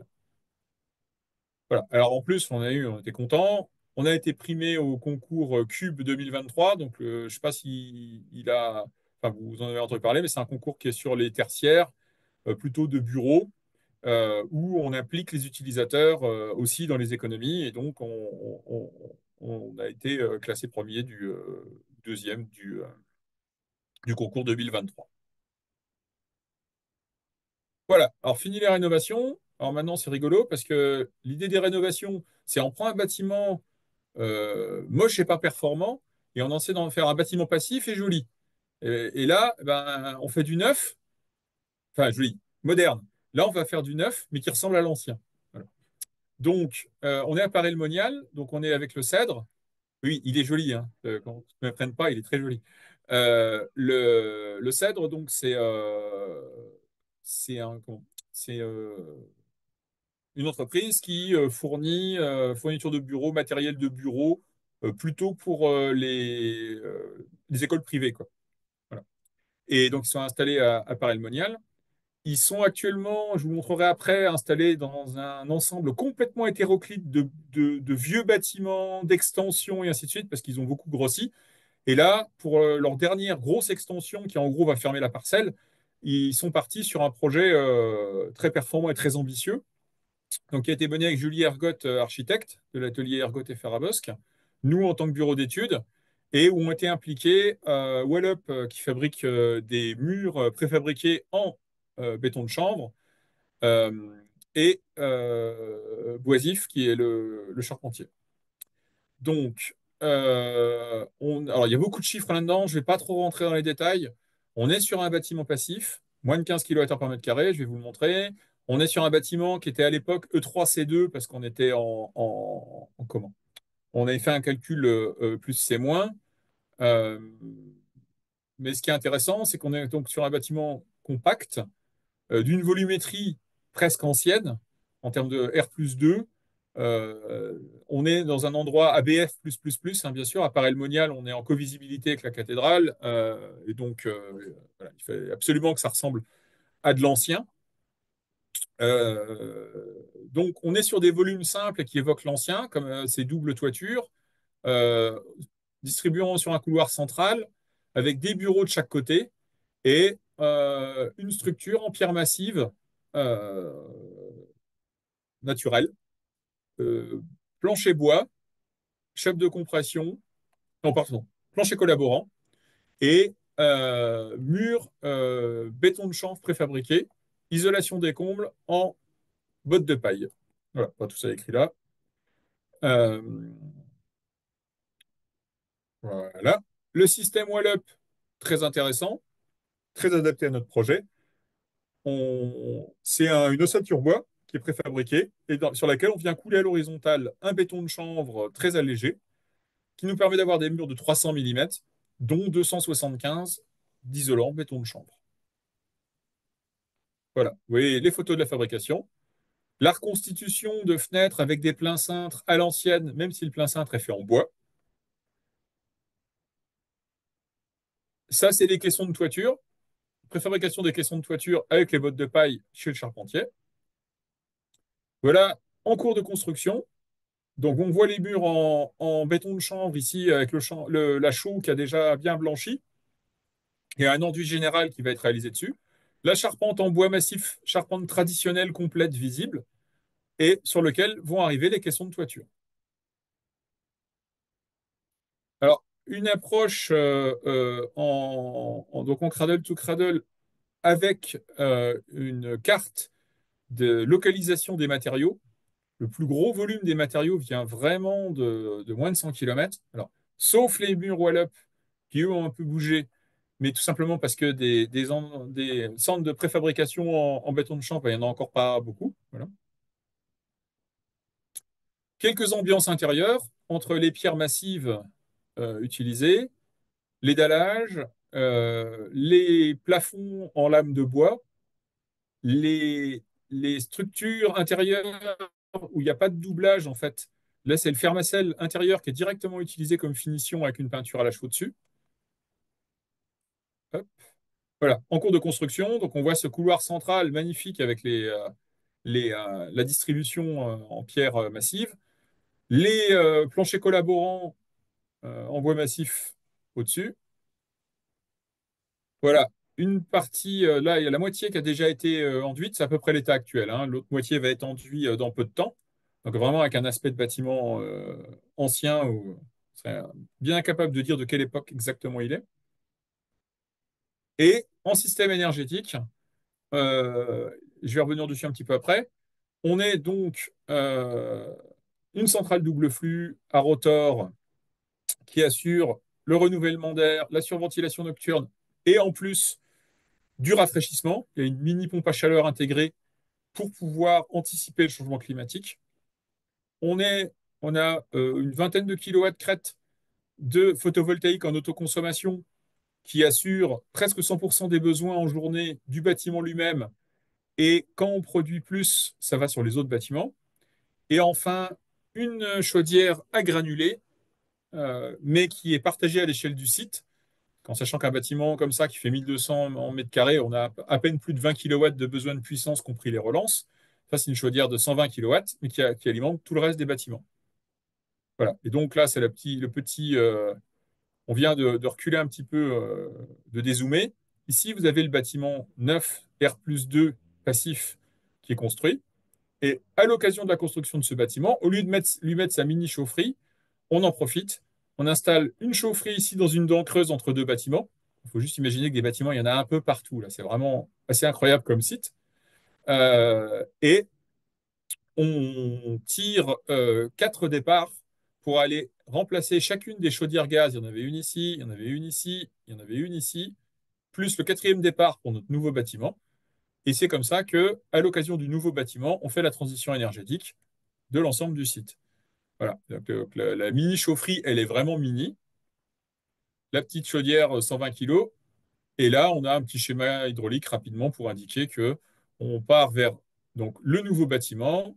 Le bâtiment DDT, c'était le bâtiment existant là, et 2 mini sous-stations où, dans un premier temps, on a gardé les chaudières gaz par sécurité, qui sont les deux gros bâtiments, celui qui est au-dessus et celui qui est ici. Voilà. Et donc, le Cèdre, c'est un bâtiment passif adapté au changement climatique.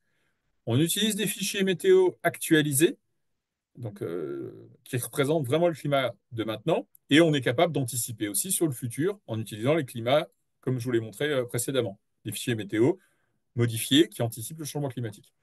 Et donc là, on a fait un comparatif entre la solution de notre mur en béton de chanvre, qui donne un R de 4, qui sur le papier ne semble pas un truc incroyable. Et on a fait une comparaison avec un mur de un R de 7,5. Donc là, ici, c'est le R de 4. Là, c'est le 7,5. Avec le R2.4, on a un besoin de chauffage de 7,4 kWh par mètre carré. On est déjà presque 2 fois meilleur que les 15 du bâtiment passif. Mais surtout, on a un taux de surchauffe de 6%. Parce qu'en fait, ça peut paraître paradoxal, mais avec un R2.4, pendant la nuit, le mur a une capacité de refroidissement. Alors que si on monte le R du mur à 7,5, eh ben, effectivement, on descend à 4,2 en besoin de chauffage. Mais enfin, quand vous êtes déjà à 7, descendre à 4,2, c'est pas si intéressant que ça. Sachant que, ici, on voit apparaître quelque chose qu'on n'aime pas du tout, c'est ce qu'on appelle les gains de chaleur non utiles. Les gains de chaleur non utiles, ça s'appelle de la surchauffe en période de chauffe. C'est-à-dire qu'à des moments, le bâtiment, il va dériver au-delà de 20 degrés. Et en fait, on ne sait pas valoriser cette énergie-là. Alors que là, on n'en a quasiment pas. Et dans ce cas-là, le taux de surchauffe, bah, lui, il augmente aussi fortement. Voilà. Et ces 2 ou 3 points de surchauffe, on les aura sur toute la vie du bâtiment. Donc, là, ça valide la stratégie très adaptée au changement climatique d'avoir un mur qui a peut-être qu'un R de 4, mais qui est en chaud-chambre avec des capacités hygrothermiques tout à fait intéressantes, un bilan carbone très favorable et une adaptation à l'architecture euh, globale. Voilà, et c'est pour attirer votre attention, ça c'est une des études les plus récentes de Météo France sur la dérive du climat à l'horizon 2050. Quand on dit changement climatique plus 2 degrés, plus 3 degrés, c'est en moyenne. Et tout ce qui ne se ressemble pas se ressemble en moyenne. En fait, quand on parle de dérive à plus 2 ou plus 3 degrés, dans la réalité, c'est relativement peu d'évolution sur les côtes, un petit peu plus dans les plaines, mais alors dans les montagnes et dans le quart nord-est qui descend quand même pas mal en Bourgogne-Franche-Comté, eh ben, c'est là où il y a les plus gros impacts. C'est-à-dire le plus de journées anormalement chaudes et le plus de nuits anormalement chaudes. Et de toute façon, dans le changement climatique, ce qui sera le pire, ce qui aura de l'impact sur les gens, c'est les nuits anormalement chaudes. C'est-à-dire là où les bâtiments n'ont plus de capacité à se refroidir, vous ouvrez les fenêtres, il fait 25 degrés.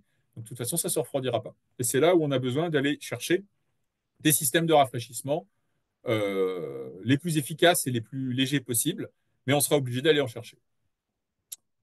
Voilà, je crois que j'ai tenu le temps. Ah, ben, merci Vincent pour la présentation de ces démarches passives et biosourcées et engagées dans le tertiaire, appliquées sur de rénovation, dont une facteur 5 en site occupé et une opération en neuf, dont on aurait pu croire, comme tu le disais, qu'elle soit une réno d'ailleurs. Un plaidoyer pour des bâtiments sobres, low-tech, confortables et accessibles financièrement, en neuf et en réno, et adaptés au changement climatique. Alors, on a eu pas mal de questions, notamment des questions techniques sur la ventilation. Déjà une question sur la ventilation naturelle. Selon toi, quelles seraient les limites de la ventilation naturelle, tant pour le rafraîchissement que pour l'hygiène? En effet, bien qu'elle semble être une stratégie bioclimatique, elle paraît antinomique avec les principes du Passive House.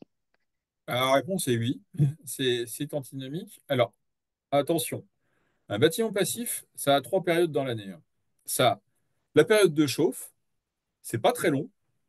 C'est pas très long, surtout en plus en sud de Bourgogne-Franche-Comté, c'est encore moins long que en haut des montagnes vosgiennes. C'est-à-dire qu'à ce moment-là, on a besoin de la double flux, on a besoin de l'étanchéité à l'air et on a besoin d'ouvrir les fenêtres pas trop souvent. Voilà. Pour la performance énergétique.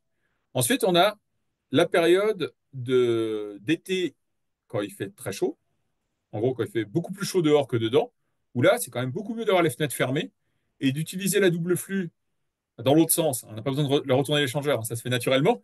C'est-à-dire qu'on récupère la fraîcheur par la roue ou par l'échangeur, et donc on se protège contre la montée en température. Là, c'est tout le cœur du bâtiment passif, son étanchéité, sa protection. Mais il y a une énorme période entre la fin de la saison de chauffe et le début de la canicule, et réciproquement de l'autre côté, après la saison de canicule, où on peut ouvrir les fenêtres absolument comme on veut, et la ventilation est une forme de ventilation naturelle. Alors, c'est pour dire, dans un bâtiment passif classique, on a ce fonctionnement-là qui est très intuitif. Et en général, les gens ont très très vite compris, quand il fait très froid dehors, bah, vu qu'on a une ventilation mécanique qui marche très très bien, qui est pas bruyante, on n'a pas besoin d'ouvrir les fenêtres tout le temps. Et en été, pour les mêmes raisons. Mais la nuit, on peut les laisser ouvertes et ça marche très bien. Ensuite, la vraie ventilation naturelle, en fait, elle n'existe pas. C'est les seules ventilations qui assurent de l'hygiénique et qui ne sont pas délirantes au niveau énergétique sont ce qu'on appelle des ventilations naturelles. Mais alors attention, qui sont assistées au moment où il n'y a pas de vent et pas de tirage et contrôlées pour limiter le vent et le tirage quand il y a beaucoup de vent et beaucoup de tirage. Et en fait, quand on regarde comment ça marche une VNAC, une ventilation naturelle assistée contrôlée, eh ben, quand c'est une seule grande pièce, c'est très gérable. Mais alors quand c'est plein de salles de classe, et en plus, quand on commence à les mettre sur plusieurs niveaux, ça commence à être une usine à gaz d'un tel niveau où on est soulagé par l'idée de la double flux. Bon, voilà, c'est notre vision des choses. Ça ne veut pas dire que la ventilation naturelle, ça ne peut pas fonctionner, ça peut très bien fonctionner. Ça peut être très adapté à des cas particuliers. Ça marche très très bien en bord de mer, par exemple, dans les climats très tempérés. Mais ce qu'il faut se rendre compte, c'est que la plupart des projets qu'on a vus là, si on les avait transférés, par exemple, à Nantes, on aurait eu des besoins de chauffage de zéro. Donc la question, elle est, est-ce qu'on aurait mis de la VNAC, usine à gaz un peu compliquée, pour dire c'est de la ventilation naturelle, ou on aurait pris le parti de dire on laisse la double flux, mais on n'installe pas de chauffage? Bah, pour moi, la question, elle est vite résolue, comme il aurait dit l'autre, hein. Nous, on n'installait pas le chauffage. Une question aussi en termes d'entretien, que dire de la maintenance des ventilations double flux qui peuvent être complexes dans les petites communes qui ont peu de moyens et de personnel pour l'assurer? Oui. Alors, la maintenance de la double flux, elle est simplissime si elle a été bien conçue. C'est-à-dire, c'est que des gaines en acier galva lisse. Hein, c'est pas des accordéons PVC abominables. Toute la distribution se fait en volume chaud, donc il n'y a pas de problème de condensation, de moisissure, et ainsi de suite. Et dans ce cas-là, à quoi se résume l'entretien? C'est le changement des filtres, alors, on va dire 1 à 3 fois par an, suivant le taux d'empoussièrement et l'usage. Voilà. Donc c'est pas lourd. Et une question sur les biosourcés. Existe-t-il, à ta connaissance, des solutions biosourcées en isolation en toiture terrasse? Donc, Alors, ouais. ouais. Dans les DTU, l'assurabilité, non. Techniquement, des laines de bois haute densité, avec une bonne approche de simulation hygrométrique, ça pourrait fonctionner. Euh, Ça se fait couramment chez nos cousins germaniques. Voilà. Donc aujourd'hui, dans le cadre de la réglementation française, très très très compliqué. En physique du bâtiment, rien ne l'empêche.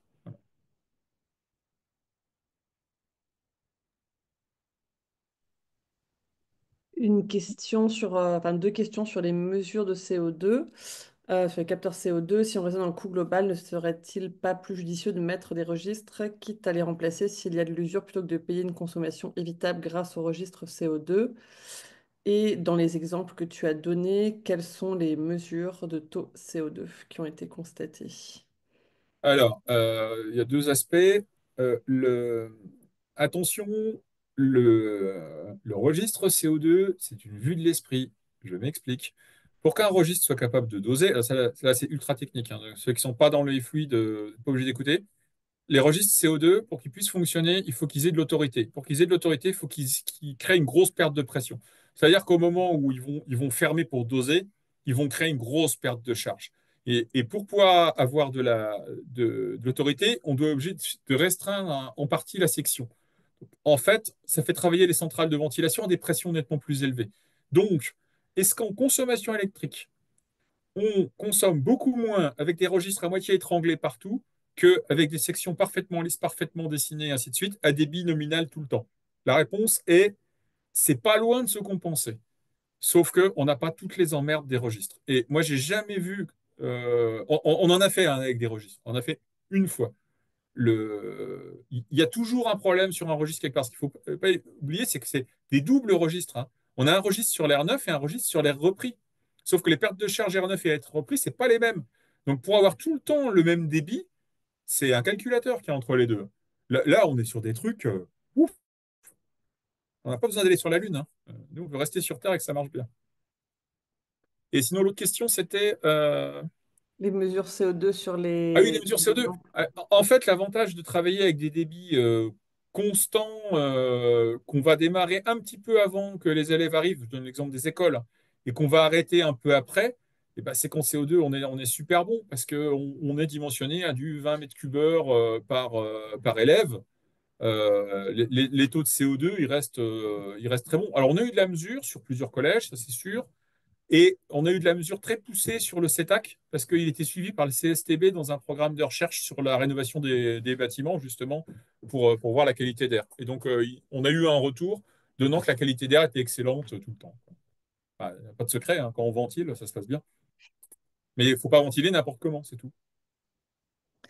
Et Peut-être juste sur l'entretien, il y a un rebondissement sur le fait qu'effectivement, ça reste potentiellement complexe pour les toutes petites communes, mais il me semble que enfin, dans le cadre de vos projets, justement, vous mettez en place l'outil aussi pour faire ce suivi. Tu parlais des changements de filtre avant, et qu'il y a une pédagogie qui est déployée aussi par l'équipe de maîtrise d'œuvre vers la maîtrise d'ouvrage pour que ça puisse s'insérer vraiment dans les habitudes, et voilà, que ce soit pas perçu comme quelque chose d'inatteignable par la maîtrise d'ouvrage. Ben, en fait, une double flux, c'est pas deux fois une simple flux. Une simple flux, c'est un truc qui est mis un peu n'importe comment. On met le moteur il tire tout ce qu'il peut pour arriver à ses débits. Ça fait du bruit, tout le monde trouve ça normal. Si on fait la même chose en double flux, on se fait jeter, quoi. Donc, la double flux, c'est une toute autre manière de concevoir les installations et ça devient un peu l'organe technique principal du bâtiment. Donc, et comme les gaines, c'est super encombrant, en neuf comme en réno, c'est un travail avec l'architecte, hein. On ne fait pas de la double flux contre l'architecte, c'est impossible, hein, parce qu'il faut tout intégrer. Voilà. Et une fois que c'est intégré, c'est un peu comme l'architecture, ça dure la vie du bâtiment, quoi. C'est pas, il n'y a pas plus d'entretien que ça. On a des filtres sur les centrales, donc en fait, on n'empoussière pas les réseaux, ou peu. Et après, ils sont conçus de manière à ce qu'on puisse aller les visiter. Mais on a regardé des réseaux au bout d'une dizaine d'années. Ça ressemble pas à des réseaux de simple flux où il faut pousser les champignons et les poussières, quoi. Voilà. peut-être une dernière remarque sur les questions techniques avant de passer à la conclusion. Dans les exemples que tu donnes, tu n'utilises pas de pompe à chaleur ou de puits canadien comme source de froid ou de chaud. Voilà. Y a-t-il une Alors, raison? ils n'ont pas été très attentifs, mais j'ai peut-être été beaucoup trop vite, hein. Sur le CETAC, on a une pompe réversible. C'est un groupe réversible chaud-froid qui est posé sur le toit. Sur le collège, on était sur un réseau de chaleur bois. Donc, on a juste divisé par 4 la taille de l'échangeur, mais on est resté sur le réseau de chaleur bois. Et j'allais dire, à 600 mètres d'altitude dans les Vosges, une fois qu'on a mis les protections solaires et l'isolant, on n'a pas trop de problèmes de surchauffe encore. Et pour ce qui est du, euh, du cèdre, pour le chaud, on est sur des radiateurs de réemploi. Je n'ai pas tout détaillé, parce qu'il y a plein de réemplois à l'intérieur Donc, on est sur des radiateurs fonds de réemploi qui sont branchés sur la petite chaudière granulée qu'on a mis pour tout le site. Et en rafraîchissement, on a une pompe à chaleur intégrée à la centrale de ventilation qui apporte une dizaine de kilowatts maximum de puissance froid pour l'ensemble pour l'ensemble du bâtiment. Voilà. Mais par ailleurs, on a plein de projets avec des pompes à chaleur réversibles. Là, le centre sportif universitaire de Strasbourg, il a 4 pompes à chaleur réversibles de 40 kilowatts qui font chauffage, eau chaude, sanitaire, rafraîchissement, et puis qui peuvent permuter de l'une ou de l'autre avec des redondances dans tous les sens, quoi. Très bien, ben merci à vous toutes et tous pour votre participation active et à ce cinquième et dernier webinaire du cycle changement climatique, transition écologique et éco-conditionnalité, les enjeux et les solutions, proposé par la région Bourgogne-Franche-Comté en collaboration avec la SCOP Les Deux Rives. Merci beaucoup Vincent d'avoir animé ce webinaire très riche avec la conviction qu'on te connaît et qui donne envie de reconsidérer l'énergie dans le bâtiment et d'aller vers des scénarios alternatifs alliant robustesse, ingéniosité et simplicité des systèmes pour s'assurer de la pérennité, du bon dimensionnement et du bon usage. La sobriété encourage à optimiser l'usage par rapport à la ressource. Comme tu le rappelais, elle est éminemment politique car se pose au niveau individuel et collectif. Et ainsi, comme tu le soulignais, il n'y a pas de transition sans politique de transition. Il n'y a plus qu'à. Voilà. Il n'y a plus qu'à. Ouais, j'espère Et qu'on vous aura donné envie de faire des réalisations performantes pour tous vos bâtiments, parce que bah, là, je pense que la preuve a été apportée hein, par Vincent, que c'est possible, c'est faisable. C'est ni un casse-tête en conception, ni un gouffre en, en coût d'exploitation. Donc tout ce qu'on peut vous dire, c'est allez-y, hein. pour le mot de la fin, donc c'est vrai, effectivement sur cette feuille de route enthousiasmante, concrète et réaliste, qui allie sobriété, efficacité et alternative à l'œuvre que s'achève notre cycle de webinaire, proposé par la région Bourgogne-Franche-Comté et co-conçu animé avec la SCOP Les Deux Rives. Ces 5 webinaires auront permis d'explorer les 5 grandes thématiques qui jalonnent le dispositif d'éco-conditionnalité mis en place par la région Bourgogne-Franche-Comté. Ils seront mis en ligne sur le site de la région Bourgogne-Franche-Comté, puis sur celui de la SCOP Les Deux Rives fin décembre. Donc ce sera une jolie façon de terminer l'année ensemble. Et encore un grand merci aux plus de 500 personnes qui ont participé à ces 5 rendez-vous hebdomadaires et longue vie au replay à venir, à réécouter, à partager et à s'en imprégner sans modération. À bientôt. Merci à toutes et à tous.